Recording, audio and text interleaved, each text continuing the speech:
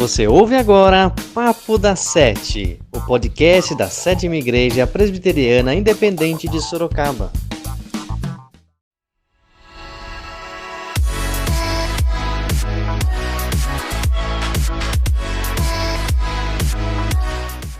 Começando aí mais um podcast, Papo da Sete para você ouvinte, nosso telespectador. Dessa vez aqui o nosso podcast tem a parte visual. Antes nós tínhamos apenas a parte de áudio e agora nós estamos começando aqui com a parte visual. Nós estamos evoluindo aqui nesse podcast, vai vendo só, Deus tem feito grandes coisas por nós e nós estamos evoluindo aqui para o seu entretenimento teológico. Coisa boa tá vindo por aí. E hoje nós temos aí um convidado diferente aí, vindo direto da Quinta EPI. Fala, Neto! Fala, Matheus, Pastor Jefferson, muito obrigado pelo convite. Eu não sei se era o melhor momento, né, de iniciar algo visual com a minha presença, mas aí vocês nos convidam aí para bater esse papo aí com vocês acerca da Palavra de Deus. É um prazer enorme participar desse projeto, e que Deus venha nos ajudar a bater um papo aí que seja gostoso, edificante e guiados pelo Espírito Santo.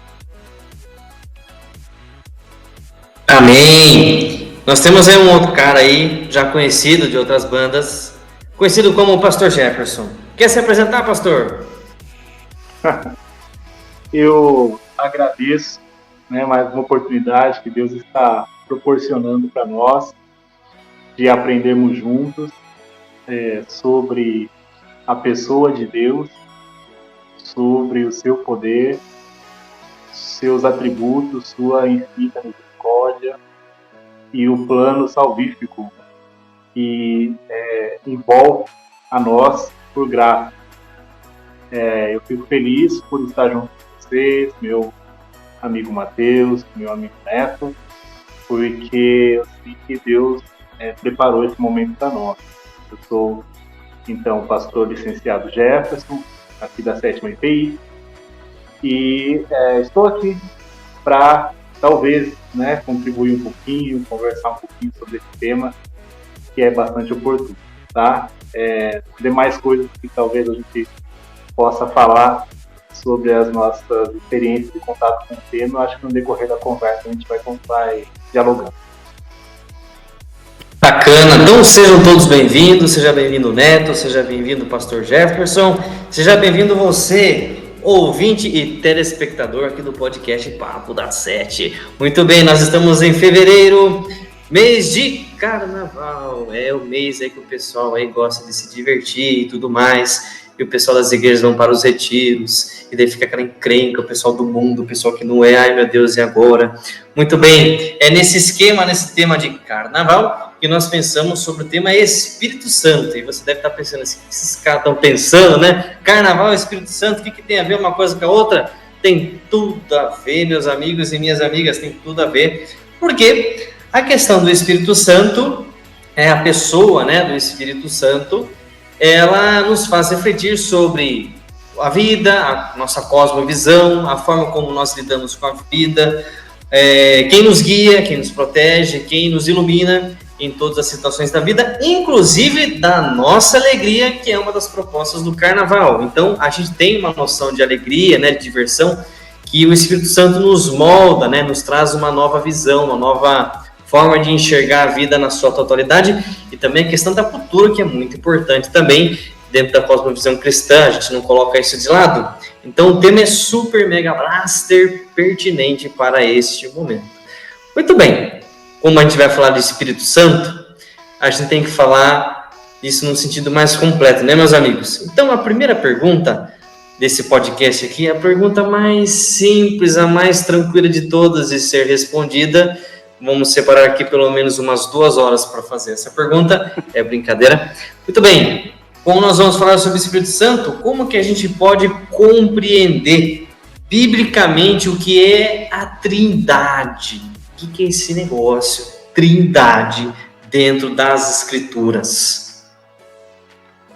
Eu acho muito importante iniciar esse papo sobre o Espírito Santo justamente pelo princípio da Trindade, porque esse tema, ele é um tema que ele é um pouco... Ele é pelo seu fator mistério, misterioso, né? Por nós estamos tocando diretamente a pessoa do próprio Deus, e falar sobre Trindade é falar sobre quem Deus é, e a pessoa do Espírito Santo ser uma das pessoas ali que não tenham uma formulação mais clara, mais racional acerca da sua pessoa nas Escrituras. Isso a gente pode falar mais depois. As pessoas elas não vão a esse assunto, né, justamente por esse fator misterioso que existe por trás disso. Só que falar do Espírito Santo e não falar sobre a Trindade é quase uma incoerência, porque nós estamos falando da pessoa da Trindade, né? E se a gente for para as Escrituras, aí o termo Trindade a gente não encontra na Bíblia Sagrada o termo Trindade, né? Isso é um tema mais desenvolvido no século III e tudo mais. Mas, apesar de não termos esse termo nas Escrituras, nós temos ali o conceito da Trindade muito bem formalizado na Bíblia. Nós, desde o Antigo até o Novo Testamento, nós temos ali as pessoas da Trindade, esse fator Deus triuno muito presente, né? Desde a forma com que Deus se relaciona, fala de si mesmo no Antigo Testamento de uma maneira plural, a figura do anjo do Senhor, a questão do Espírito de Deus, o Espírito do Senhor lá no Antigo Testamento. E no Novo Testamento nós temos diversas formas trinitárias, né? Textos de forma trinitária, como por exemplo o batismo de Jesus Cristo, né? Em que ali nós temos ali as três pessoas da Trindade se manifestando, né? Onde o Filho está se batizando, o Pai fala, esse é o meu Filho amado em quem me comprazo, e o Espírito Santo descendo de forma de uma pomba. Então, nós temos aí nas Escrituras, né, esse conceito de Trindade. Nós não temos uma formulação racional em que esteja Trindade é isso, né? Nós não encontraremos isso, mas em todas as Escrituras nós temos isso muito bem estabelecido, né? Desde o Antigo como no Novo Testamento, de uma maneira indireta, né? De uma maneira indireta.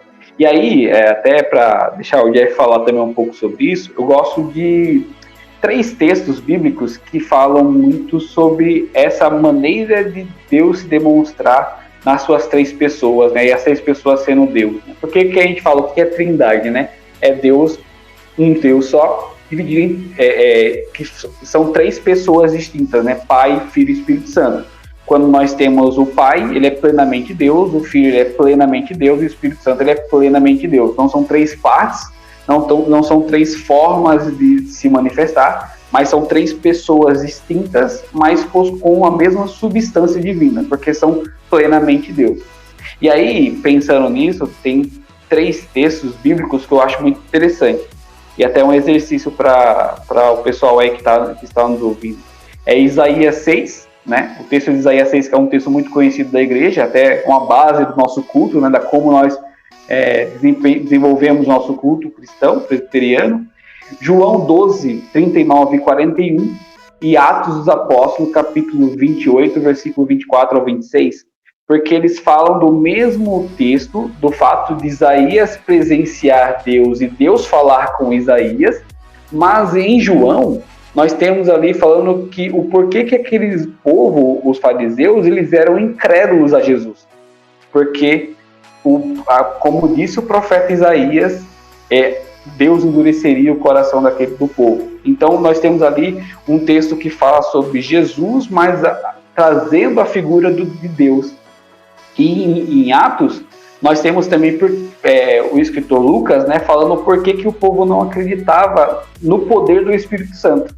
Porque assim como nos falou o Espírito Santo através do profeta Isaías, então você tem ali um texto, né, que fala sobre Deus, Isaías se encontrando com Deus e Jesus falando algo para Isaías, o Espírito Santo falando algo para Isaías. Então, quando Isaías ele viu Deus, ele viu Pai, Filho e Espírito Santo, ele viu Deus pleno, né? Então, é um texto muito interessante que fala sobre a Trindade aí.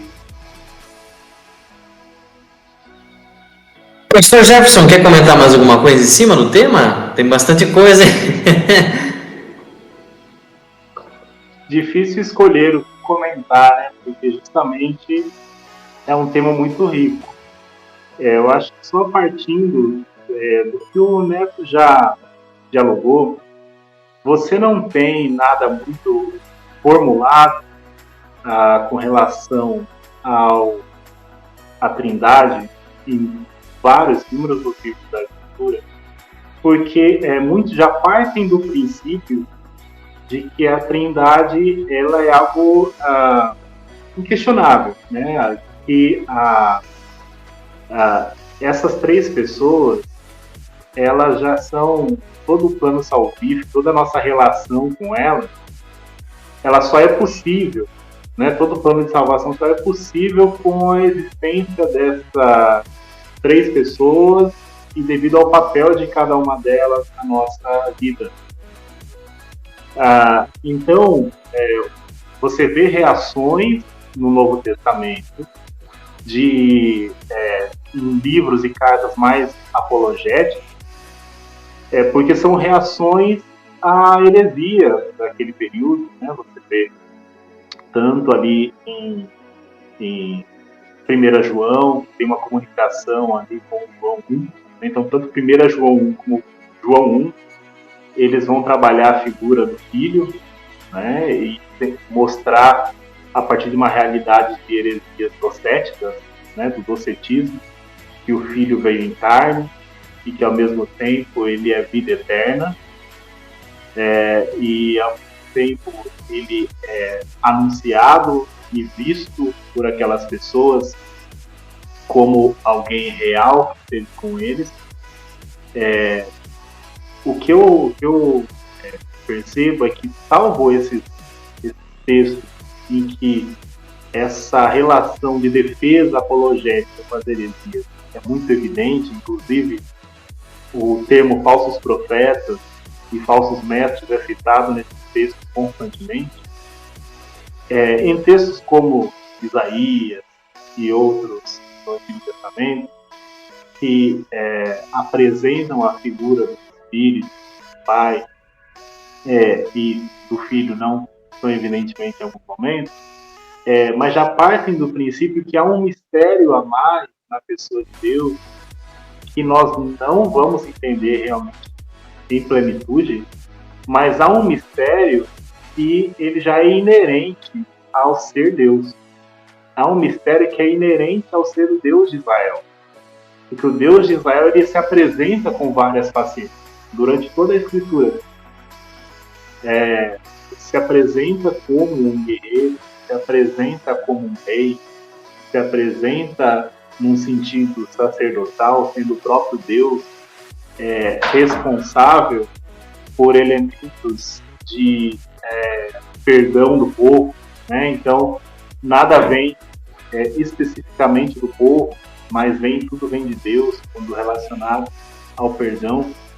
Então, esses efeitos da ação de Deus, o efeito do relacionamento de Deus nas nossas vidas, só se dá a partir da compreensão inquestionável de que há um mistério na pessoa de Deus, e de que ele se revela. O Espírito Santo, quando ele é visto no início do Gênesis, quando é mencionado sobre o vazio, ele ali já nos dá a dica de que Deus ele explora e manifesta sua presença de inúmeras formas distintas, né? Porque nós cremos um Deus que criou tudo, mas ao mesmo tempo um Deus que plana sobre a face do abismo e que transita, certo? Esse conceito de um Deus que transita já é a abertura para essa crença de que ele pode se manifestar em uma forma que a gente não espera e não entende, mas apesar de ser um Deus que ocupa todos os espaços, é um Deus que transita. Esse é o primeiro mistério apresentado, e sem entender essa relação do Deus que transita e ao mesmo tempo está em todos os lugares, a gente não entende a Trindade. Então, são concepções que são apresentadas não necessariamente num caráter direto apologético, como nós estamos acostumados, mas são apresentadas de uma forma de que sem essa crença, sem essa compreensão da manifestação de Deus, e não caindo no modalismo, né, mas uma manifestação de Deus das suas pessoas dentro do plano salvífico, a gente não entende a Escritura e o plano de salvação literalmente. E um ponto interessante também, você falou dessa questão da criação, né? E a gente pode trazer isso justamente para a concepção de Jesus. Porque aí você tem ali Maria ia conceber o filho do Deus e ela foi concebida pelo Espírito Santo, só que está dando concepção a Jesus.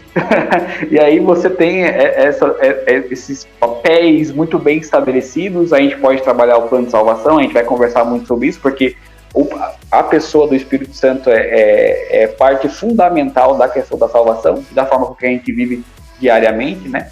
E esses papéis, eles, como o Jeff muito bem falou, ele não apologeticamente, tem lá um conceito bem formalizado e tudo mais, mas ele é muito bem estabelecido em todo o processo da história da humanidade, né? Desde a criação, em todo o processo de criação, queda, redenção e consumação. Ele é muito bem estabelecido, os papéis, cada distinto das pessoas da Trindade, onde o próprio Jesus falou que não vos deixarei órfãos, né, enviarei o Consolador e tudo mais.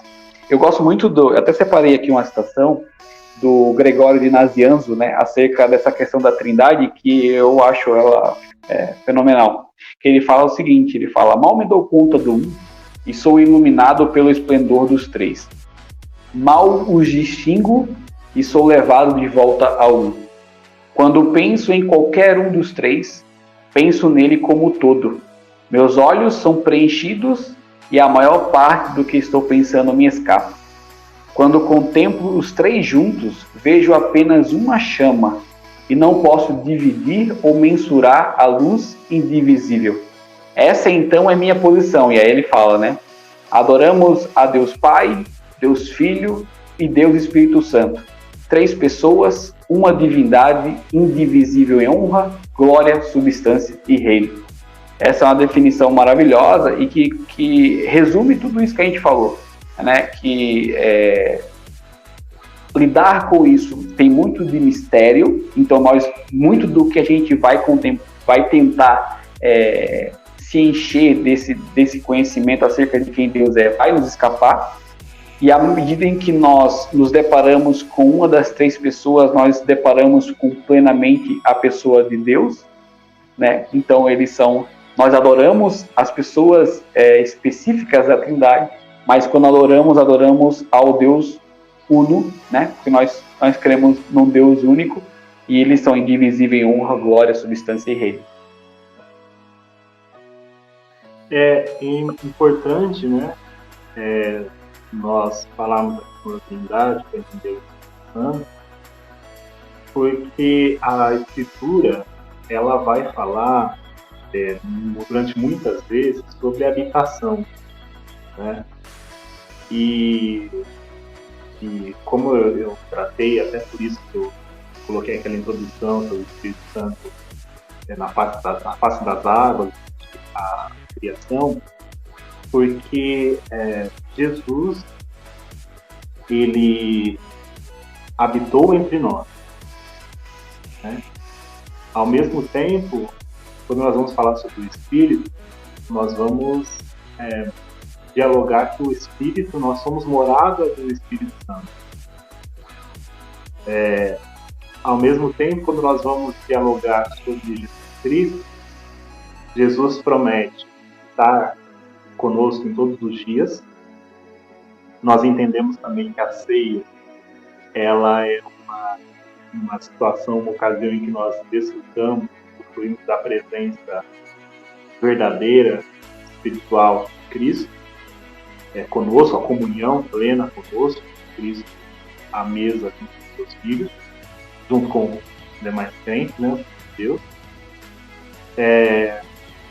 Ao mesmo tempo em que nós dialogamos sobre todas as questões de morada e estadia, nós vemos também que Cristo, ele está, ao mesmo tempo que ele está conosco, ele permanece ainda à direita do Pai, Todo-Poderoso, reinando com glória e majestade.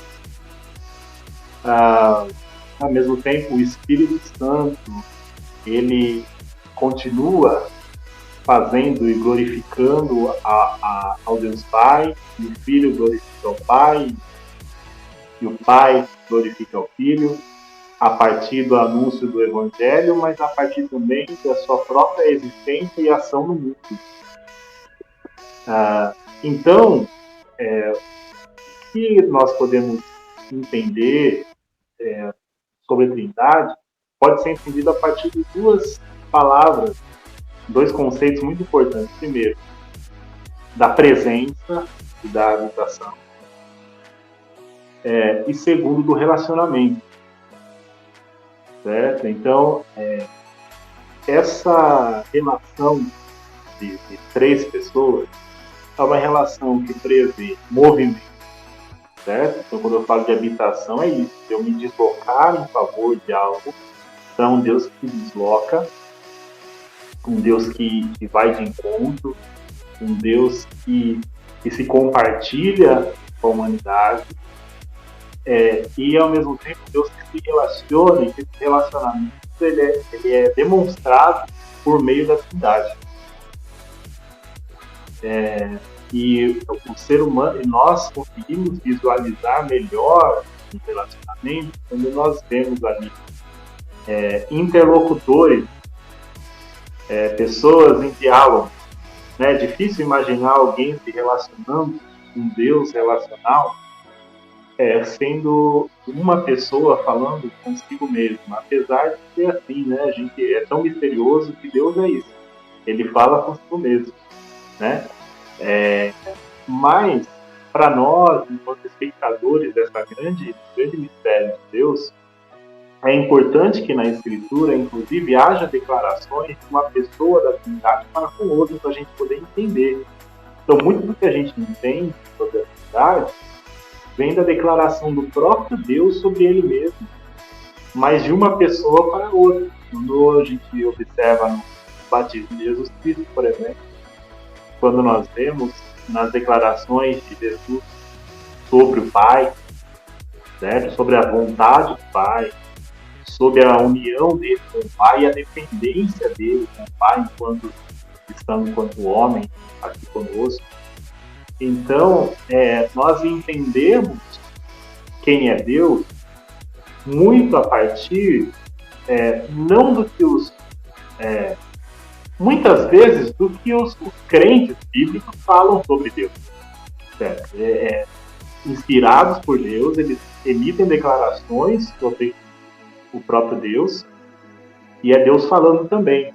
Mas há ocasiões na Escritura em que nós vemos ali declarações explícitas da própria pessoa do Deus Pai, do Deus Filho, sobre a divindade. E isso é uma manifestação desse relacionamento. Por isso não tem como eu querer, enquanto cristão, desenvolver relacionamentos saudáveis se eu não entendo como Deus se relaciona consigo mesmo e como a partir dessa relação consigo mesmo, essa relação se derrama nos crentes por meio do trabalho dessa igreja. Então, nós vemos que o Pai é aquele que ensina, o Pai é aquele que corrige, repreende e disciplina, como é manifesto inclusive no Novo Testamento por algumas vezes. Então, nosso caráter é moldado pelo Pai. Nossos relacionamentos e ações são moldados pelo Pai. Ao mesmo tempo, a nossa comunhão com Cristo é que nos transforma. Somos transformados em semelhança ao caráter de Cristo. Então, é o Cristo também que transforma nossos relacionamentos, porque nós espelhamos aqui. E, ao mesmo tempo, quem nos convence do pecado, da justiça, do juízo, e muda também, molda o nosso caráter, é o Espírito. Então, nós somos um espelho relacional do que a Trindade é. Dada a nossa dedicação, dada a compreensão que os atributos são compartilhados, mas que Deus continuará sempre sendo Deus, mas nós somos ali um reflexo desse relacionamento trinitário. E foi até um ponto da oração do Jesus, né? Na oração sacerdotal, que é conhecida na época dos irmãos, Jesus ele fala, Pai, que eles sejam um assim como nós somos um. Né? Então, Esse ponto de relacionamento é um ponto central e é uma das aplicações práticas do porquê é fundamental a gente conversar sobre o tema. Porque pelo fato de conter mistérios e mistérios inacessíveis, porque a gente está lidando com a pessoa do próprio Deus, muitas pessoas vão falar, não tem uma necessidade então de eu buscar saber, buscar conhecer acerca da Trindade, acerca da distinção das pessoas e da unidade que está por trás disso. Não há necessidade, mas muito pelo contrário, porque essa questão do relacionamento é um ponto fundamental nisso, que é um relacionamento que deve nortear o relacionamento cristão, porque é um desejo de Cristo em sua oração ao Pai, né? Ele fala, Pai, que eles sejam um assim como nós somos um. Então tentar entender isso, lógico que a gente só vai conseguir entender aquilo que Deus se revela para nós nas Escrituras, né? Tem um limite para esse entendimento. É importante tratarmos sobre isso, porque é esse relacionamento que vai nos nortear como cristãos. E fazendo isso, estamos atendendo a oração de Jesus Cristo ao Pai. Uma coisa que eu gosto de pensar sempre quando a gente fala sobre Trindade, né? Porque Trindade ele é um assunto complicado, né? Como vocês já disseram, né? É difícil de você racionalizar, sempre vai ter mistérios inacessíveis, sempre vão ter questões que você não consegue chegar a uma compreensão plena a respeito da Trindade, mas isso não se torna um empecilho para crer. Aí eu sempre costumo, com os adolescentes, explicar da seguinte forma, né? Se eu, ser humano, fosse criar um Deus, eu criaria de um jeito mais simples, para que as pessoas pudessem acreditar. Então eu usaria elementos mais humanos, coisas que eu consigo encontrar nesse mundo. Mas quando eu olho para a Trindade, eu não encontro elementos humanos, tão humanos assim, né? Eu encontro coisas que não se parecem comigo. Eu encontro coisas que eu não consigo raciocinar. E em vez disso impedir a minha crença, na verdade isso me avança a crer, porque me faz entender que ser humano nenhum criou isso. Se a gente fosse criaria mais simples e não tão complexo assim, né? E apesar de toda essa complexidade que envolve a Trindade, a lógica de relacionamento da Trindade é muito óbvia, é racional, é possível de ser feita, tanto é que é isso que vocês comentaram. Cristo deseja que assim seja.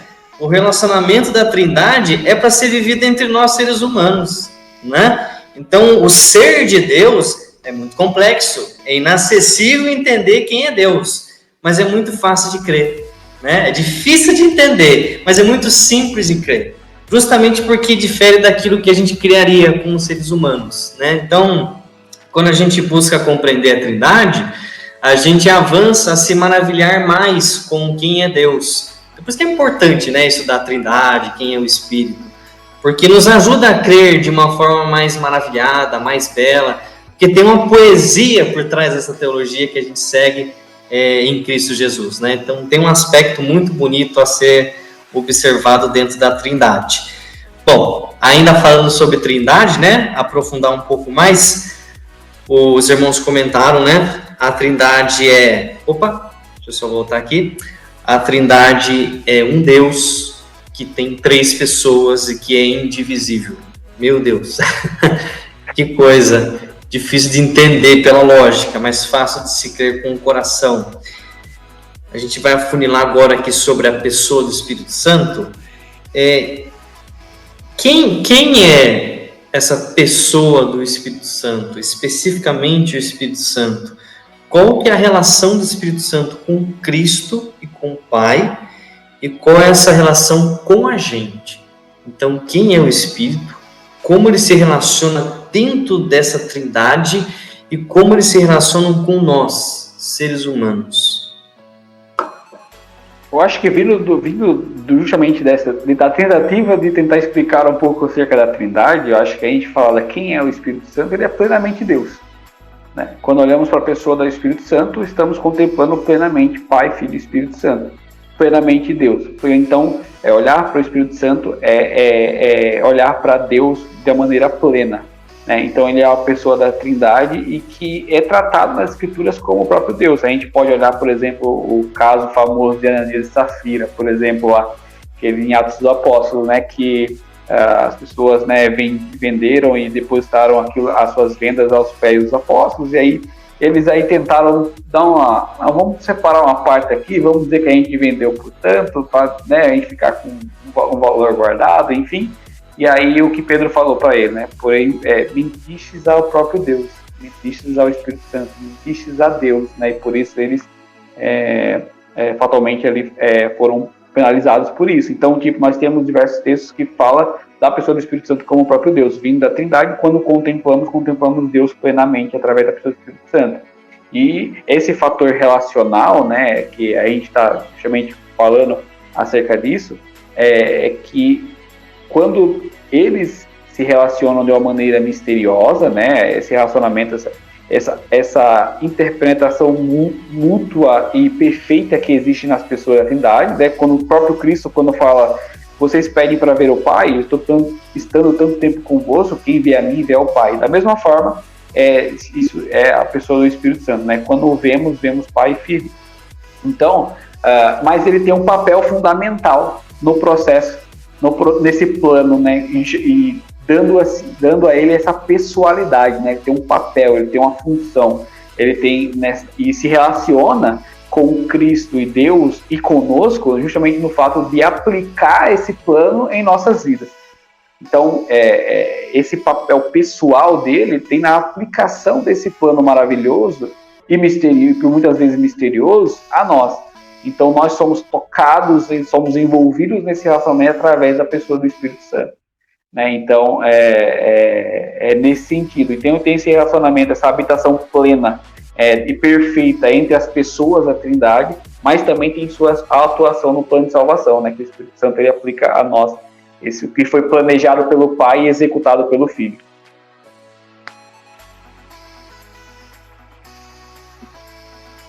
Eu compreendo, eu procuro compreender a pessoa do Espírito Santo a partir da descrição de Cristo como o Espírito sendo outro consolador. Então, o que ele quer dizer? A gente esquece dessa palavra outro. É porque Cristo ele já está exercendo o papel de consolo para a humanidade, ele vem com as boas novas de Deus, né, e sendo ele mesmo as boas novas de Deus, e ministra o coração daquelas pessoas, e ministra com a parceria ou a comunhão, para usar uma palavra mais bíblica, a comunhão com o próprio Espírito, porque Jesus relaciona o ministério dele à ação do Espírito, a questão da unção que vem, ele sendo o Cristo, o ungido, a partir do relacionamento, da ação do Espírito ali apoiando o seu ministério, não só com relação às maravilhas e ao sobrenatural, mas na resistência ao pecado e a resistência à questão dos desafios que viriam, da dor, do sofrimento, da perseguição. Então, Cristo, sua comunhão com o Pai e o Espírito, ela é presente no cumprimento do seu ministério, mas é um ministério que consola. Então, o Espírito, quando ele desce e guia e orienta a igreja, ele vem com esse papel também de guiar a igreja tudo que fosse necessário e continuar consolando e orientando dentro do Evangelho da Graça, dentro de uma fé que persiste mesmo em meio às dificuldades, dentro de uma fé que se estenderia de geração em geração, e mesmo que o homem por si só se esquecesse ou desviasse do Evangelho de alguma forma, porque nós somos assim, mas o Espírito Santo, ele garante que até a volta, o retorno de Cristo, a igreja permanecerá anunciando o Evangelho, e os crentes continuarão sendo convertidos, pessoas convertidas. Então, o Espírito Santo, ele aplica dentro daquela palavra que eu usei, que é a questão da habitação, ele aplica o desejo tão fervente de Deus e do próprio Cristo manifesta verbalmente, que é o de morar conosco, de estar conosco, no mais íntimo do nosso coração, ministrando e nos consolando sempre que nós precisamos, ou seja, em todos os momentos, né? Nós precisamos de Deus em todos os momentos. Então, mas ele faz isso deliberadamente, porque quando se fala o outro consolador, está sendo tratado como uma pessoa que vem com uma ação intencional de consolar.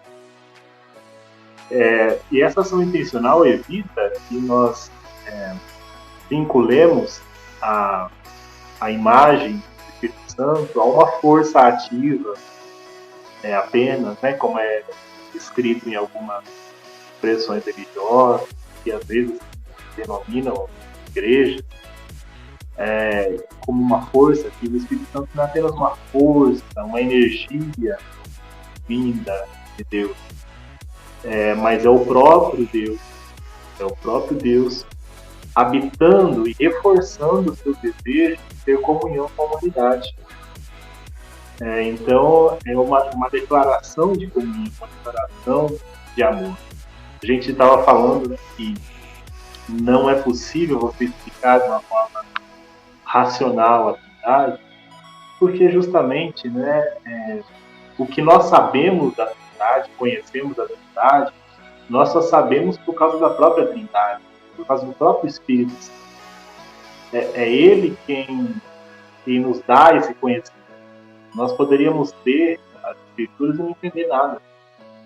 Poderíamos ler as Escrituras e continuar sendo aquelas pessoas que mal creem na ação de um Deus uno, quanto mais na ação de um Deus trino. Poderíamos ser essas pessoas, mas o que nós conhecemos da Trindade, ela é dado a partir do Espírito Santo. Então, é Ele que está nos ensinando hoje, nesse podcast e desde o início da nossa vida. Verdade. Interessante também que essa questão da personalidade, né, que nós somos orientados a não entristecer o Espírito Santo, né? Então, se eu entristeço alguém, né? Essa questão é interessante também falar sobre isso. E o ponto do outro consolador é que a gente também tende a achar que é sempre algo reativo. Eu vou ser consolado porque eu estou triste.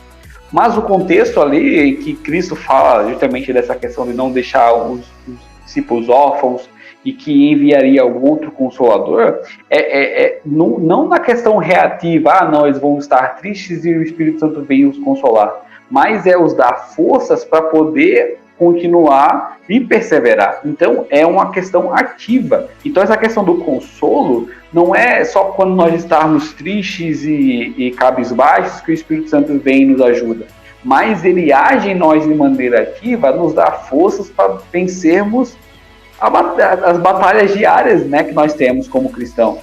E é até um ponto, né, que lógico que a gente não vai entrar nesse assunto, mas a questão daquilo que nos espera, né, das lutas, dificuldades de uma maneira mais intensificadas pela questão da perseguição da igreja e tudo mais, e as pessoas acabam ficando com medo, né, meu Deus, se eu for confrontado mais veementemente, se eu for confrontado de uma maneira mais até mesmo física, será que eu vou aguentar? Nós temos o Espírito Santo em nós, ele vai nos dar força, ele nos consola. Esse é o ponto do consolo, é nos dar força a permanecermos na caminhada, guiados pelo próprio Espírito Santo, que é ele que nos revela quem Deus é e aquilo que Deus tem para nós.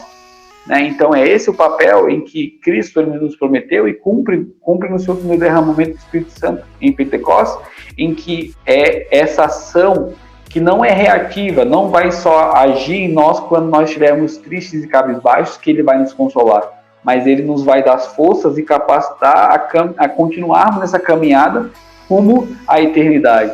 Porque, e sem essa pessoa que é o próprio Deus, é impossível nós conseguirmos, porque no primeiro momento vacilaríamos e retornaríamos para de onde saímos. Acho interessante destacar que a gente não pode cair no problema de achar que o Espírito Santo ele é apenas a parte de Deus que cumpre ordem. Então, assim, que existe uma hierarquia, tá? Não é essa a proposta. Bom, a gente está acostumado com essa lógica, né? De hierarquizar tudo conforme as coisas se apresentam, mas tanto, né, como foi falado, tanto você dizer que apenas são manifestações de Deus e não há pessoas diferentes na Trindade, já era uma heresia combatida pela igreja primitiva, mas também você hierarquizar a ação de Deus das três pessoas, falar assim, o Pai é o chefe e os outros dois, né, o Filho e o Espírito, são ali pessoas abaixo do chefe, estão só cumprindo, são deuses menores, estão só cumprindo ali alguma tarefa. Isso é equivocado também. Há uma distribuição de atos entre as pessoas da Trindade, não no sentido hierárquico, e nem no sentido de valia, que uma pessoa vale mais do que a outra, mas essa distribuição de atos, de ações com relação à humanidade, é uma distribuição feita em amor, é uma distribuição feita em relacionamento verdadeiro, vivo e espontâneo. Acho que essa é a melhor palavra. De Deus como um todo e dessas três pessoas. Certo? É uma ação voluntária das três pessoas e numa comunhão plena, de forma que todas essas três pessoas, sendo um Deus, elas concordem entre si e tenham pleno vínculo para que essas ações elas tenham sucesso, elas tenham eficácia na vida do ser humano.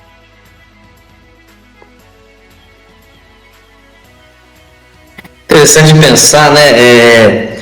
A gente pensa em Trindade e justamente essas últimas falas de vocês aí, não ter essa hierarquia, essa distinção, não tem Espírito Santo e Cristo não são deuses menores do que Deus Pai, né? Mas quando a gente pensa, por exemplo, na vida de Cristo ele foi encarnado, né? Então, Cristo ele viveu a nossa vida como nós vivemos a nossa, no sentido de carne e osso. E Cristo ressurge, né? Ressuscita, e ele é assunto aos céus com esse corpo. Então, no habitat ali onde Cristo está, não que ele não esteja com a gente, mas no lugar onde ele está, o paraíso, o céu, enfim, o habitat de Deus, um corpo humano está presente lá, né? Então, Cristo tem um corpo humano, mas Deus Pai não tem, o Espírito Santo também não tem. Cristo viu a morte, sentiu a morte, o Espírito Santo não sentiu, Deus Pai não sentiu, foi Cristo que morreu.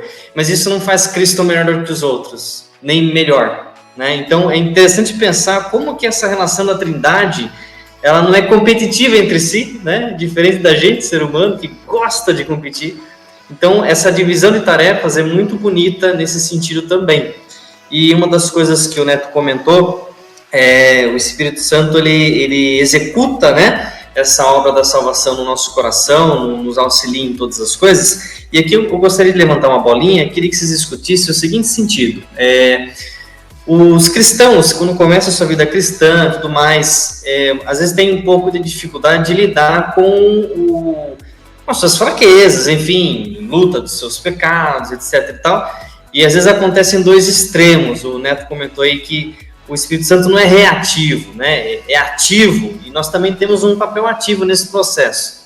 E às vezes acontece da gente ser muito ativo no sentido muito nós, eu tenho que fazer, o Espírito Santo tá ali, né? Mas parece um Star Wars, né? A força está comigo, mas não é uma pessoa, né? É só um incentivo, uma motivação ali, mas o resto é comigo, né? Então, às vezes tem esse extremo da gente querer fazer tudo sozinho, e depois tem um outro lado também, que é eu não vou fazer nada, o Espírito Santo vai fazer tudo, e beleza. Na verdade não tá beleza, né? Aí eu queria que vocês discutissem um pouco como que é esse processo da santificação pelo Espírito Santo. Como é que é a nossa parte nesse processo e como é que o Espírito Santo nos auxilia nesse processo de santificação, na luta contra os pecados, na fraqueza, etc e tal, coisas que a gente tem dificuldade aí no dia a dia. Esse tema, assim, essa bola levantada foi uma grande pedra no meu sapato por muito tempo. O Jeff já me conhece aí, usando a frase, né, de outros carnavais. Mas então, eu nasci não sou de lá cristão, né? Vivi na minha adolescência que Deus nos chamou, né? E chamou, assim, quando chamou toda a minha família, todos fomos para a igreja. E nesse momento foi numa igreja neopentecostal. Eu não quero fazer aqui, entrar em polêmicas acerca de pontos de igreja, mas era na igreja neopentecostal. Depois a minha fé foi fortalecida lá de onde eu sou, de Natal, do Rio Grande do Norte, lá numa igreja pentecostal. E aí vim para Sorocaba, e foi aí onde eu conheci o Jeff. E aí, graças a Deus, né, Deus nos trouxe ali para Quinta IPI, onde a gente congrega até hoje. E aí, nesse processo, né, esses processos de mudanças todos, uma coisa que sempre me incomodou muito e deixava até em momentos bem complicados psicologicamente, digamos assim, é que essa batalha interna, meu Deus, até que ponto sou eu, até que ponto é você, meu Deus do céu, hoje eu tô salvo, não tô salvo, meu Deus, eu tô em pecado, e agora perdi minha salvação, agora... E as escrituras, elas nos confortam, nos consolam nesse sentido, né? A pessoa do Santo Espírito, abrindo nossos olhos acerca daquilo que a escritura nos aponta, ela nos traz a paz, né? A paz que o próprio Deus nos dá, né? Através do Santo Espírito, né? E nesse processo, é justamente o fato de que nós só estamos caminhando rumo à eternidade, caminhando para Deus, porque nós fomos regenerados e transformados pela pessoa do Santo Espírito. É impossível para o homem tomar essa decisão de maneira voluntária, porque naturalmente nós inclinamos para os nossos pecados. Então tem que ter uma ação de Deus nas nossas vidas, né? E isso, como Efésios fala, né? Efésios 1 fala da questão da salvação, isso para a glória, para o beneplácito, segundo a sua vontade, a vontade de Deus, né?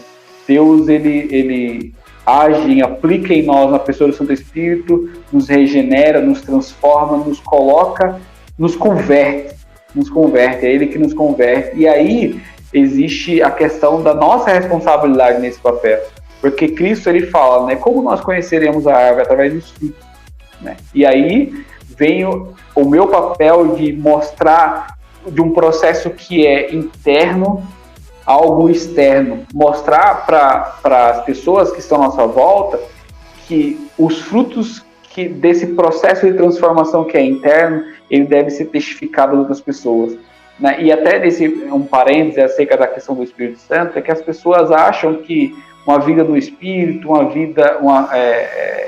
são mais focadas nas questões sobrenaturais, misteriosas e tudo mais, né?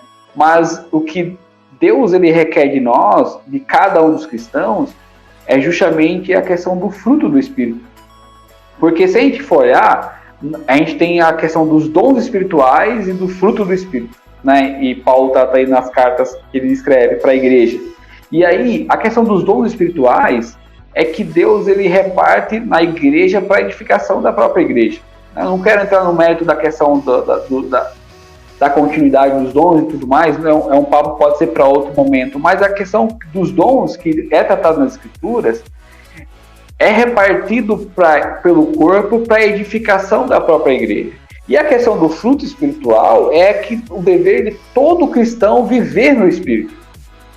Então, a gente está muito focado no sobrenatural, no estrondoso, só que o que Deus quer de nós é que nós testificamos essa transformação, essa regeneração que nós temos num processo diário em que nós disponibilizemos frutos em que nós tenhamos uma vida, vivamos em amor, com mansidão, temperança, domínio próprio, tudo. Então, esse é o nosso papel, é testificar, mostrar essa transformação que Deus nos deu de maneira graciosa, e que se não fosse a ação dele sobre nossas vidas, nós não conseguiríamos fazer.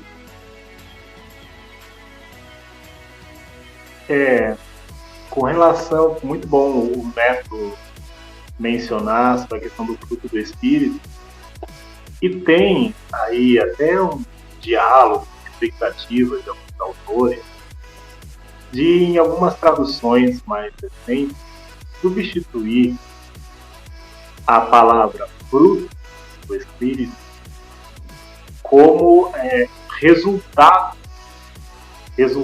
do Espírito, ou consequência do Espírito, ou uma palavra que expressa esse sentido, né? Porque o fruto é o resultado da fertilidade de uma árvore, de uma determinada vegetação, não é nada planta. Então, o fruto é o resultado. O Espírito, ele coloca em nós o resultado da obra do Filho nas nossas vidas. Ele expressa, e quando a gente estava falando sobre glorificar, uma pessoa da Trindade glorifica a outra, quando acontece isso que o Neto falou, que nós expressarmos esse resultado, é o Espírito Santo, por meio de nós, glorificando a própria divindade e expressando, olha, essa igreja que nós criamos. Então, essa humanidade redimida que nós produzimos. É esse o resultado dessa grande obra salvífica, para que todo o olho veja, toda a humanidade veja. Por isso é importante, é a responsabilidade da igreja de evidenciar esse resultado, porque é para que toda a humanidade veja o resultado do trabalho de Deus.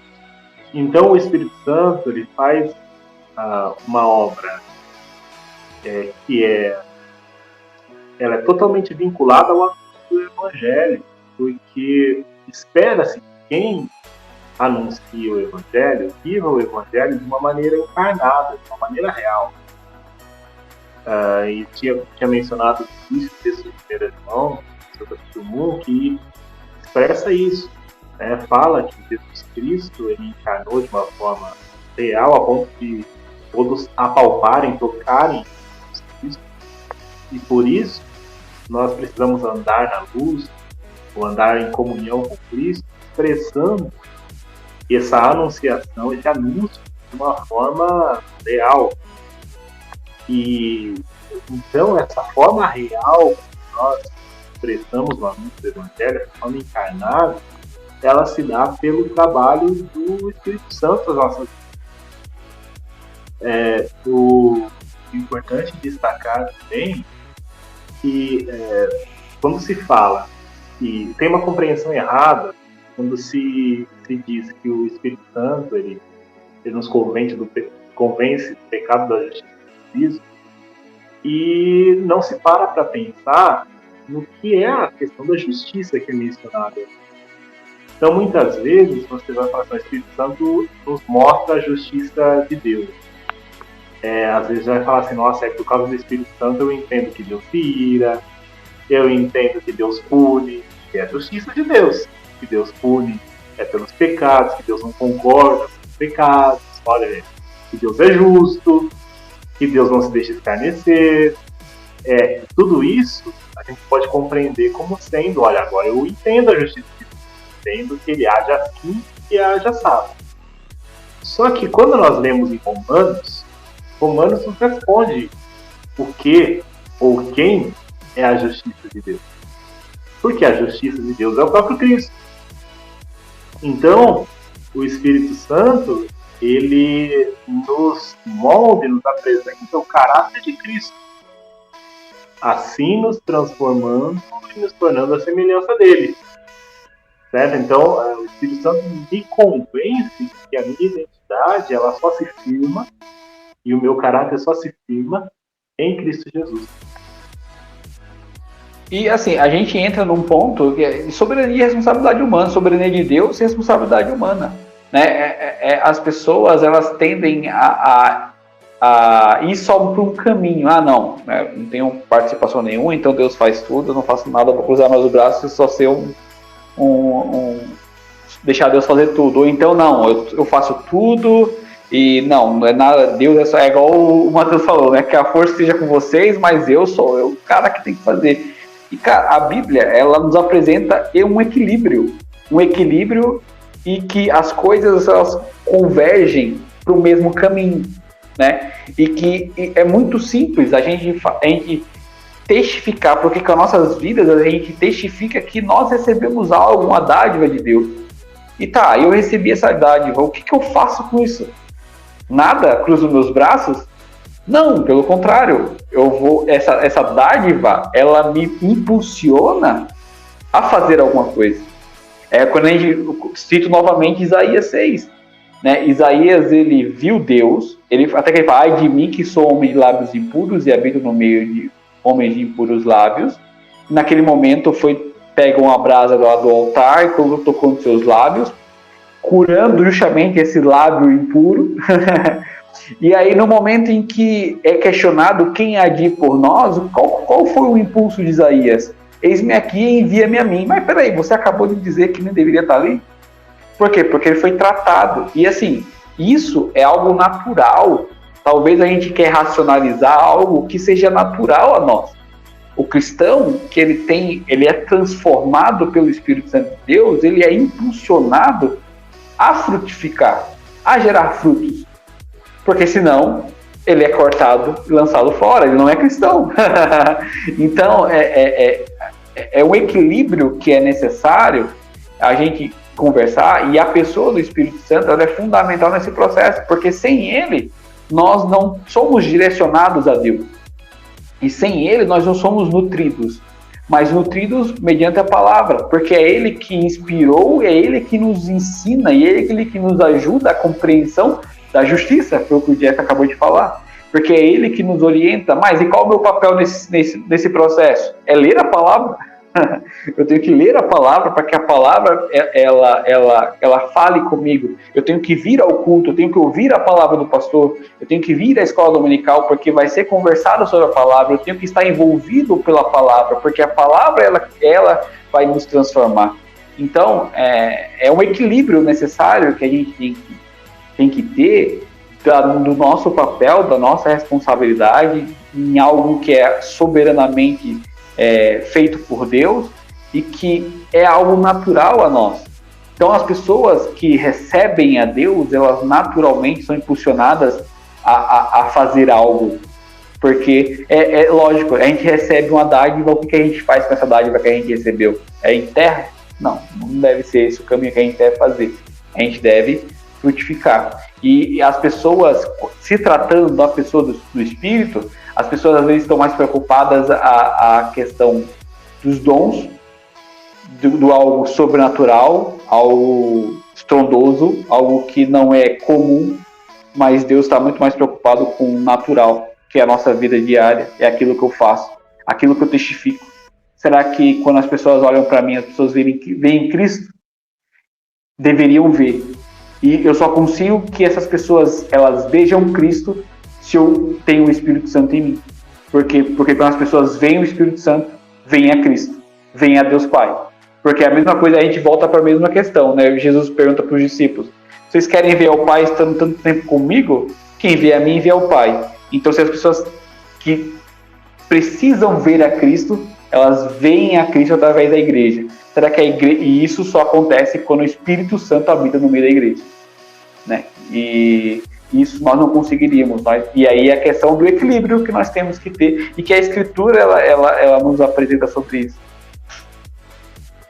É importante até dialogar sobre isso mesmo. Um tema que eu sei que o Neto gosta de estudar também é a questão do dualismo que muitas vezes nós fazemos entre sagrado e profano, e sobrenatural e natural. Então, o que acontece quando nós entendemos o Espírito Santo talvez de uma forma equivocada é que muitas vezes acontece com pessoas que vão pregar a palavra de Deus, vão preparar um sermão, né? E acreditam que o Espírito Santo ele só vai agir quando você estiver no momento da proclamação do sermão, da palavra ali, e aí vai vir uma mensagem na hora e você não precisa de uma preparação. E daí se entende que aquele pastor, aquele pregador que se prepara, estuda, lê, enquanto ele está fazendo todas essas coisas, o Espírito Santo ele não está agindo. Então você tem uma divisão ali entre natural, sobrenatural e assim, sagrado e secular, e você não consegue entender que o Espírito Santo ele ocupa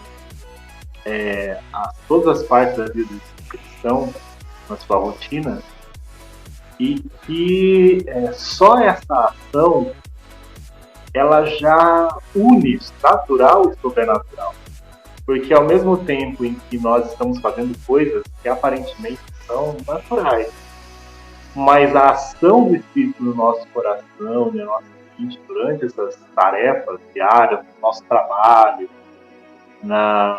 trabalhos, nas ações voluntárias, na ajuda de alguém, no nosso diversão e entretenimento, a ação do Espírito nas nossas vidas, ela ocorre ali misturando natural e sobrenatural, porque a própria fé cristã, ela é ao mesmo tempo que ela é espírito, é um Deus que é espírito, é um Deus que é encarnado.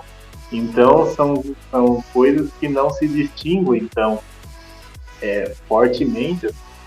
E quando a gente entende que Jesus é a justiça ali que está sendo expressa, que o Espírito contém, nós temos essa dimensão de que Jesus é tudo, toda a nossa fé, ela é do início ao fim firmada em Cristo, é Ele quem faz tudo, o Espírito Santo também que faz tudo no sentido da nossa conversão. Ao mesmo tempo, entendendo que Ele faz tudo, eu preciso dimensionar isso para as minhas ações práticas, com certeza. Porque o Espírito é aquele que é como o vento, ou seja, ele direciona o crente para onde ele quer, mas existe uma direção. O crente ele precisa se mover. Esses textos eles pressupõem um movimento por parte do crente, porque o Espírito está agindo e como pode o Espírito agir, o crente não se movimentar. Se o Espírito é essa coisa viva que conduz o crente à ação, conduz o crente à atitude. Então, precisa existir esse movimento. Da mesma forma que quando você olha o Espírito como aquele que habita em nós temos esse conceito, essa consciência que o Espírito ele tem ciúmes de nós. Né? A Escritura nos aponta que nós somos morada do Espírito e o Espírito tem ciúmes, né? Como um ser pessoal. E esses ciúmes requer também uma escolha da nossa parte. Escolhas, na verdade, que são geradas pelo próprio Espírito, mas que partem de uma responsabilidade individual também, nesse grande mistério de Deus. Então, de estarmos com esse Deus que, quando nós somos posse, está constantemente em ciúmes amoroso para conosco, ou simplesmente ir para o lado contrário, ou simplesmente entristecer o Espírito Santo, porque existe essa possibilidade nas Escrituras, né, de entristecer o Espírito. Então, é isso, é esse movimento que é dado pelo Espírito, mas que se espera ver evidenciado na vida do tempo. E até a mesma formação das escrituras, né? Se a gente pega, por exemplo, como foi formado o Apocalipse. João estava na ilha, lá exilado, e do nada apareceu Jesus para ele, escreve aí essas palavras aí. E aí João escreveu. Mas o processo de formação do livro de Atos dos Apóstolos e as cartas de Paulo são processos naturais. Lucas, historiador, foi lá e ouviu os relatos para poder formular seu evangelho, e o livro de Atos dos Apóstolos, Paulo, ele identificava as necessidades da igreja ou da pessoa em específico e escrevia em resposta das necessidades naturais daquela pessoa ou da comunidade específica. São processos distintos, processos naturais, mas processos também sobrenaturais. E aí, qual glorifica mais a Deus? Atos, ou Apocalipse, ou Gênesis, ou as cartas de Paulo? Deus é glorificado da mesma forma. Da mesma forma é a nossa vida, né? Existem questões sobrenaturais, né? A salvação é algo sobrenatural. Naturalmente, nós não merecíamos, não iríamos ser salvos, mas na ação graciosa, Deus vem de maneira sobrenatural, nos regenera, nos transforma. E isso requer também questões naturais, em que, através da minha vida, eu devo glorificar a Deus, porque quer comais, quer bebais, não façais qualquer outra coisa, façais para a glória de Deus. E aí, nesse processo, é igual o tema da nossa igreja esse ano, da quinta igreja, é vivendo pela fé. Esse é o tema desse ano da nossa igreja. E isso também são questões sobrenaturais e naturais, porque a gente pensa, vivendo pela fé, então é você ter pensamento positivo, que tudo vai acontecer, o sobrenatural vai acontecer. Não, viver pela fé é confiar que, apesar das cores coloridas ou cores não tão coloridas assim, tudo está no controle, porque tudo coopera para o bem daquele que foi chamado segundo o seu propósito. É entender que, como cristão, eu tenho que ser diferente daquilo que o rumo... Nós estamos aí vivendo um período de carnaval, né, em que as pessoas elas deixam os desejos desenfreados, digamos assim. Só que nós, como cristãos, nós temos que ter temperança, domínio próprio, né? Ser manso, né? Glorificar a Deus com todos os nossos atos. Então, requer questões muito naturais, porque comer e beber são questões totalmente naturais ao ser humano. E quando eu faço isso, devo fazer para a glória de Deus. Da mesma forma, como estiver orando a Deus, que é algo que, se a gente for pensar, não é algo natural, é algo sobrenatural, como eu, miserável pecador, estou diante do Deus Santo, poderoso, dialogando com ele livremente, só através de algo sobrenatural do Espírito Santo fez na minha vida, que é a salvação. Então, isso é algo natural isso é algo comum na nossa vida. As Escrituras é formada através desse processo, e que nós, às vezes, por causa das nossas ignorâncias, queremos distinguir, separar, e aí nós caímos em problemas. Isso é questão sobre... que o Jeff falou, a questão até mesmo de entendimento de quem Deus é, né?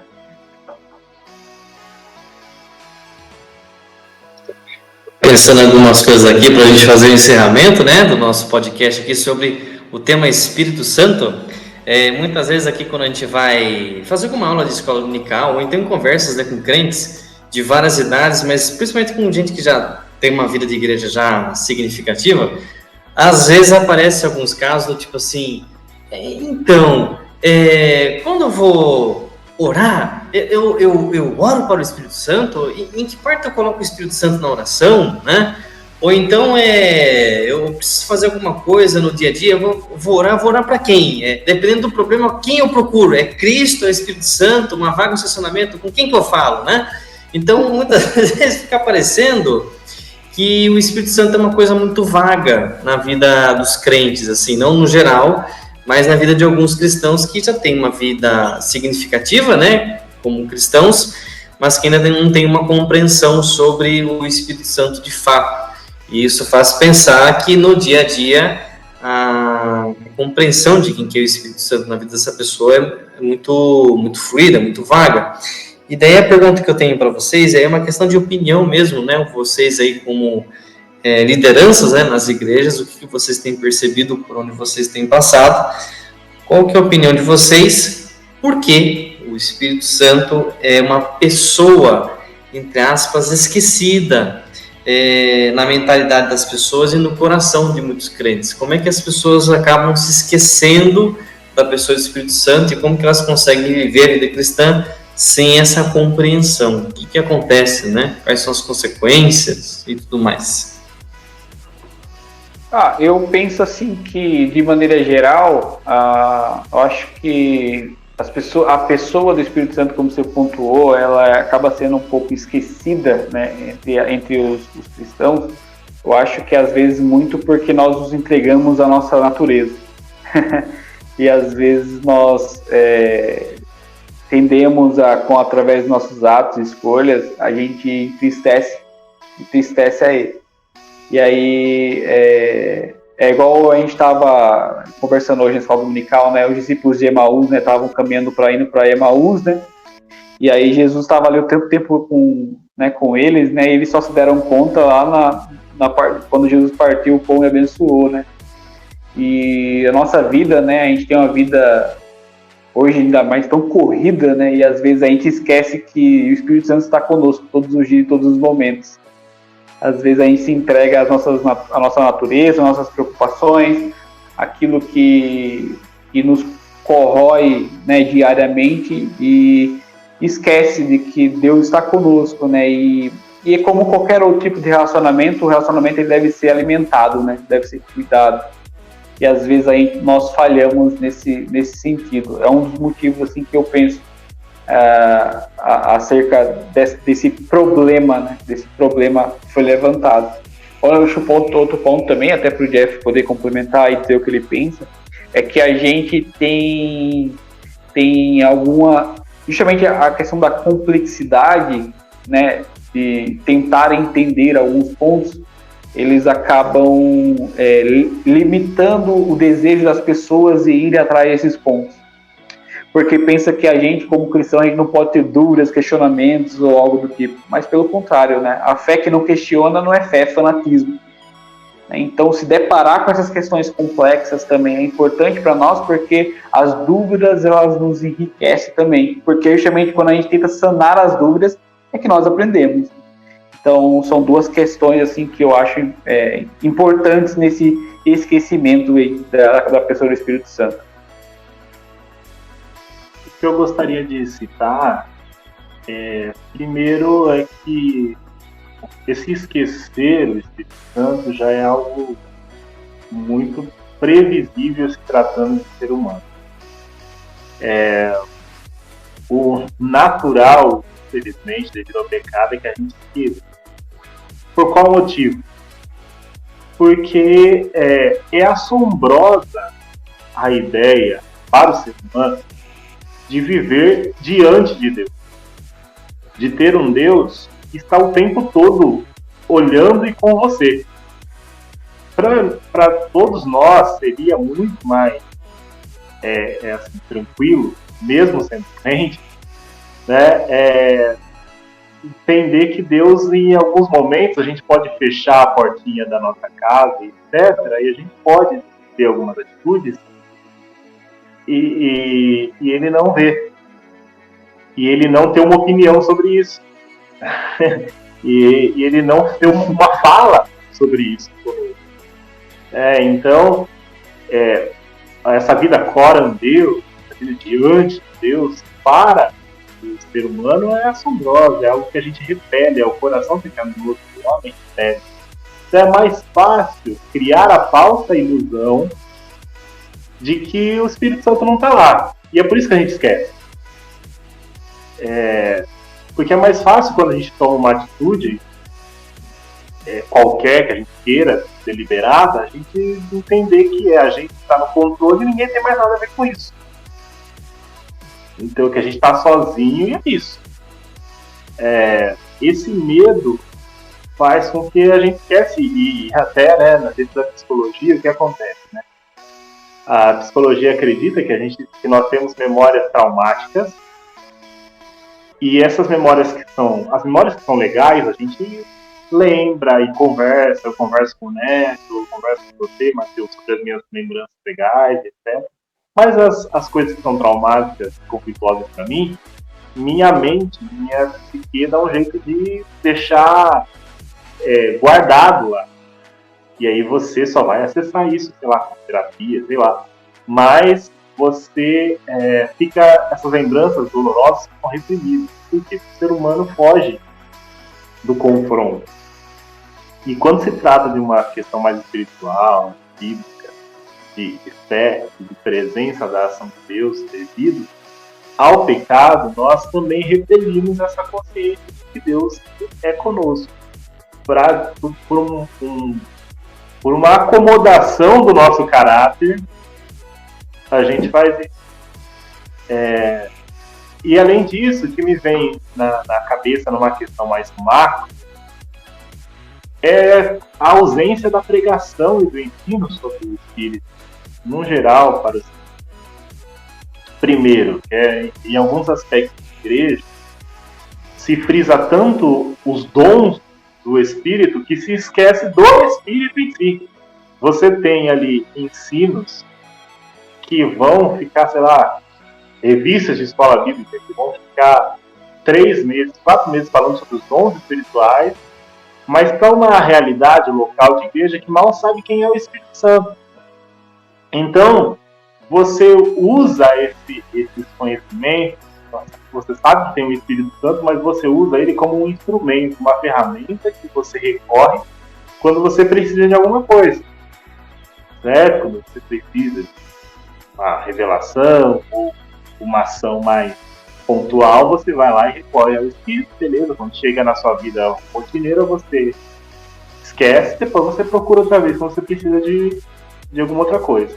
Você usa o Espírito de uma forma, ou quer usar o Espírito de uma forma instrumental. Por outro lado, nas igrejas talvez mais reformadas, aí entra um receio de cair nesses erros de outras vertentes cristãs e fala assim, olha, melhor a gente não entrar muito nessa do Espírito Santo, não, porque senão o pessoal vai querer deixar o negócio um pouquinho mais pentecostal, vai querer um pouquinho mais o movimento, então é melhor a gente não focar muito nisso. E aí o que acontece? Às vezes você vê pessoas, membros de igrejas reformadas, com um conhecimento absurdamente baixo sobre o Espírito Santo, porque não teve um ensino. Eu tive experiência de contato na minha adolescência em igrejas reformadas, e eu ia fazer uma pergunta enquanto adolescente sobre o Pentecostes, o que é aquilo, etc. E eu tive professores que repeliam a pergunta e não queriam responder, falavam, não, em determinado momento a gente aborda isso. Só que nunca voltava, por quê? Porque não tinha uma propriedade com o assunto e ficava com medo de entrar nesse assunto. Então, há esse problema de ensino nas igrejas como um todo, porque ou vão para um extremo ou vão para o outro, sendo que, na verdade, como a gente já falou várias vezes, é um ponto base da fé cristã, é a questão da Trindade, e não só a ação do Espírito como uma ação meramente instrumental, mas a existência do Espírito e o poder e seu caráter. Então, devido a isso, acho que vários erros que acontecem como desdobramento. Esse ponto do conhecimento aí é muito interessante porque, a gente pode pensar, não, eu não vou estudar sobre isso porque é muito complexo e isso é só para quem é pastor, vai para o seminário e tudo mais. Não, deixa para eles lá, porque é muito difícil. Só que a gente esquece que essas coisas elas nos moldam no dia a dia e naquilo que a gente vai se deparar no cotidiano. Um exemplo, eu vou dar um exemplo particular aqui da questão do meu pai. Meu pai, ele tinha antes de se converter, estar na igreja, ele acho que ele não vai ficar bravo comigo de dar de expor ele dessa forma, mas meu pai, ele tinha questões com cigarro, meu pai fumava, e desde muito novo. E aí, em determinado momento, ele começou a ir para a igreja e tudo mais, tal, e aí ele fumava escondido, porque o maldito vício não deixava ele parar. E aí ele fumava escondido, escondido da minha mãe, escondido da minha irmã, de mim, do pessoal da igreja e tudo mais. E aí, em dado momento, ele falou, mas peraí, eu estou escondido de todo mundo, mas não me escondo de Deus. Então, o que adianta estar escondido de todo mundo e não estar escondido do meu Deus? E desde então, meu pai parou de fumar. O que eu quero dizer é que o conhecimento de que em todos os momentos Deus o estava vendo o que ele fazia, fez com que meu pai repensasse uma atitude contrária àquilo que Deus se agrada ou não. Então, às vezes a gente fala, é muito complexo, o tema é muito complexo, é muito difícil, eu não vou atrás. Mas em determinados momentos do nosso cotidiano, esses temas complexos, eles vão impactar as nossas decisões. E aí a gente vai acertar ou errar conforme aquilo que a gente tem, aquele background, né? Falando aqui um termo, né? Aquilo que a gente tem. E, tipo, isso foi fundamental para o meu pai, para ele tomar uma decisão importante na vida dele, que era parar com cigarro ou não. Porque o fato de não se esconder de Deus o levou a tomar essa decisão. Ele sabia disso. Imagina se ele não soubesse. Se ele não soubesse, ele iria continuar com aquela prática. Então, tipo, isso...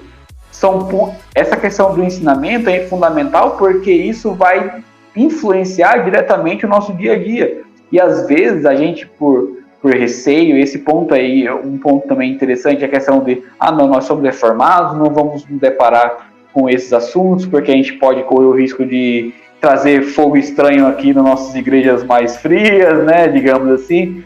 Só que isso é justamente uma falta de conhecimento daquilo, de quem é o Espírito Santo, daquilo, quais são os dons espirituais, qual o fruto do Espírito, qual o papel dessa pessoa maravilhosa da Trindade na igreja.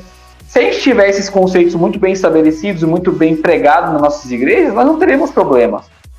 Ou nós temos aí uma falta de fé, de não confiar de que a Escritura ela é suficiente para transformar o coração dos cristãos e conduzi-los a Deus e a sua vontade. Porque isso é viver pela fé, isso é orar no Espírito, isso é você estar conduzido com a vontade de Deus, com aquilo que Ele deseja para nossas vidas.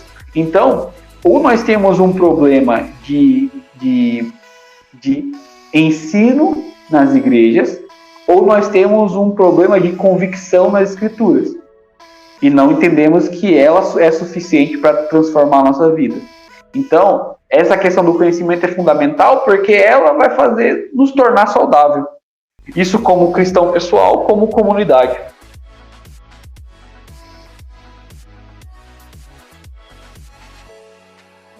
Muito bom. Eu fiquei pensando aqui, será que eu estou traumatizado com o Espírito Santo? Né, quando traz esse assunto do trauma, fiquei pensando, estou traumatizado com o Espírito Santo?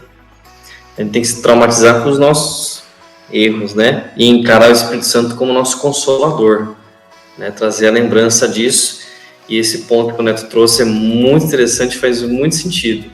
Quanto mais a gente entende quem é o Espírito Santo e o tamanho da sua presença, isso vai ajudar muito nas decisões que você vai tomar. Muito interessante isso daí. Nunca tinha parado para pensar nesse exemplo, né, que você tomou do seu pai. Achei muito interessante. E a gente pode aplicar isso para qualquer outra coisa na nossa vida, né? Pode ser com vícios, mas pode ser com qualquer outra decisão de pensar, ninguém está me vendo, tomar tal decisão. Opa, pera um pouquinho, tem alguém te vendo e que quer te ajudar, né? Não te traumatizar. Quer impedir que você se traumatize, que as suas decisões podem te traumatizar, né? Muito bem, pessoal, nós estamos chegando aqui ao final do nosso Papo da Sete. O tema de hoje é Espírito Santo. E eu gostaria de deixar aqui um tempo para palavras finais aqui, tanto do Neto quanto do pastor Jefferson, e logo mais nós encerraremos. Vou deixar o Jeff encerrar, então, com chave de ouro, eu vou falar primeiro, tá? Deixa eu falar procurar a mesma coisa. Chave de ouro, Jeff. Não, vocês iam procurar a mesma coisa. Eu vou falar agora para no final o Neto passar a régua. Aí deixa o mediador escolher, né? Então, já que os dois têm a mesma atitude, o mediador escolhe. Vocês estão me traumatizando. Brincadeira. Vamos deixar o visitante, então, né, pastor? Não, pode falar, né? Daí, mas depois eu falo alguma coisa bem breve para não tirar a emoção do que o Neto vai falar agora, porque eu tenho certeza que vem algo retumbante aí para nós. cheio do Espírito Santo. Eita Deus! Primeiro eu gostaria de agradecer essa oportunidade, né? Para mim é uma honra, né? Não é clichê falar, não estou falando por causa do clichê, é uma honra. Eu acho que ter a responsabilidade de falar sobre a palavra de Deus, é um privilégio, porque nós não merecíamos nem estar aqui, mas graças a Deus, a sua infinita misericórdia e a ação do Espírito Santo sobre nossas vidas nos possibilita ter uma oportunidade como essa. Creio que tenha sido muito edificante e creio também que isso vai alcançar pessoas para além das nossas congregações, né, da quinta e da sétima. Que Deus leve essa mensagem que foi falada aqui para todas as pessoas, independentes da placa de igreja que ela frequenta ou até se ela frequenta ou não a igreja.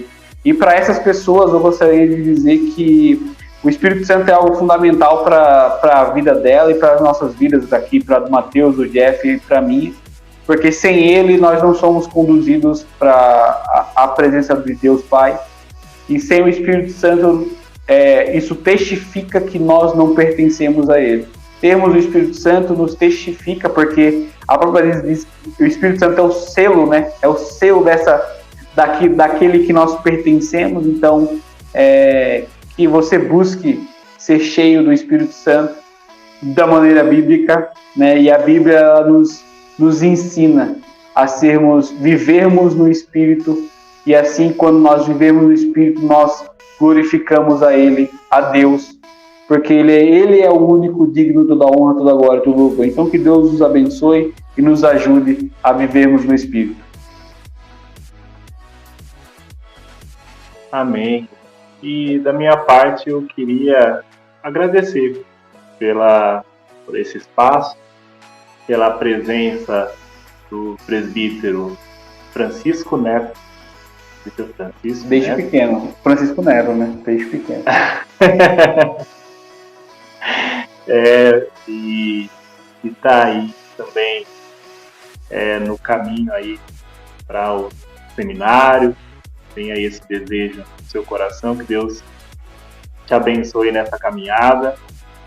Você é um amigo, um irmão, e eu desejo que, assim como nós tivemos essa oportunidade de falar sobre esse tema hoje, e de tempo em tempo nós façamos parcerias, como sempre fizemos aí, e que a gente consiga ter mais oportunidade de conversar, tá? Eu acho que sobre o assunto do Espírito, a gente ficaria mais várias horas aqui, mas eu já me senti edificado por essa conversa, pelas colocações, pela vida do Mateus, que conduziu a conversa. Que Deus abençoe todos que estão aí acompanhando o nosso bate-papo, e até o próximo, né? Até o próximo bate-papo, que nós possamos estar aí sempre nos encontrando. Legal, então da minha parte que agradeço a presença do presbítero Francisco Neto e do pastor Jefferson aqui com a gente, tá com a gente em todos os podcasts aqui, fazendo seus comentários junto com a gente. Eu aqui mediando a conversa, trazendo as perguntas e nada de resposta, né? Só trazendo problema para os outros e esperando respostas fáceis para os meus problemas. Enfim, você que está acompanhando esse podcast aqui, ó, fique esperto que os podcasts do Papo da Sete vão voltar a ser mensais. Então, fevereiro vai ter mais um, março mais um, abril mais um, e se Deus quiser, com a ajuda do Espírito Santo, até a volta de Cristo, esse Papo da Sete vai durar até o fim, até o seu retorno. Bom, se você é crente e não apertou o sininho... Oi, pode falar, Jefferson. Não, é só lembrando, agradecer ao nosso conselho da igreja. Verdade. Que apoia, incentiva, investe nesse trabalho, no podcast, em outros projetos. Um conselho bastante estimulador e participa, não só apoia, como participa dos trabalhos e das iniciativas. Então, quero agradecer ao reverendo Eugênio, também Eugênio Soria Anunciação, que é pastor aqui junto comigo, tem um tutorado comigo aqui também, nessa igreja, na CTI, e a gente quer agradecer, então, a essa pessoa. Amém, bem lembrado. O podcast ele não funciona só por causa de nós dois aqui, né? Tem toda uma equipe por trás aqui, a igreja, todo apoio, e faz com que o podcast role, né? Então, se você é crente, você ainda não apertou o sininho do YouTube, larga a mão de ser um pecador e aperte esse sininho aí para você receber as notificações do canal aí da 7MPI. Se você é uma pessoa instagramável, adora acompanhar as coisas pelo Instagram, não perde tempo, vai no Instagram, link da bio, você vai ter todos os podcasts lá, tanto no YouTube como nas outras plataformas. E digo mais, se você é crente e acompanha a gente aqui, cuidado, você pode ser o próximo convidado para esse Papo da 7. Então, até mais, até o próximo Papo da 7. No próximo mês, em março, tem mais um tema aí. Se liga lá. Até mais, gente. Obrigado!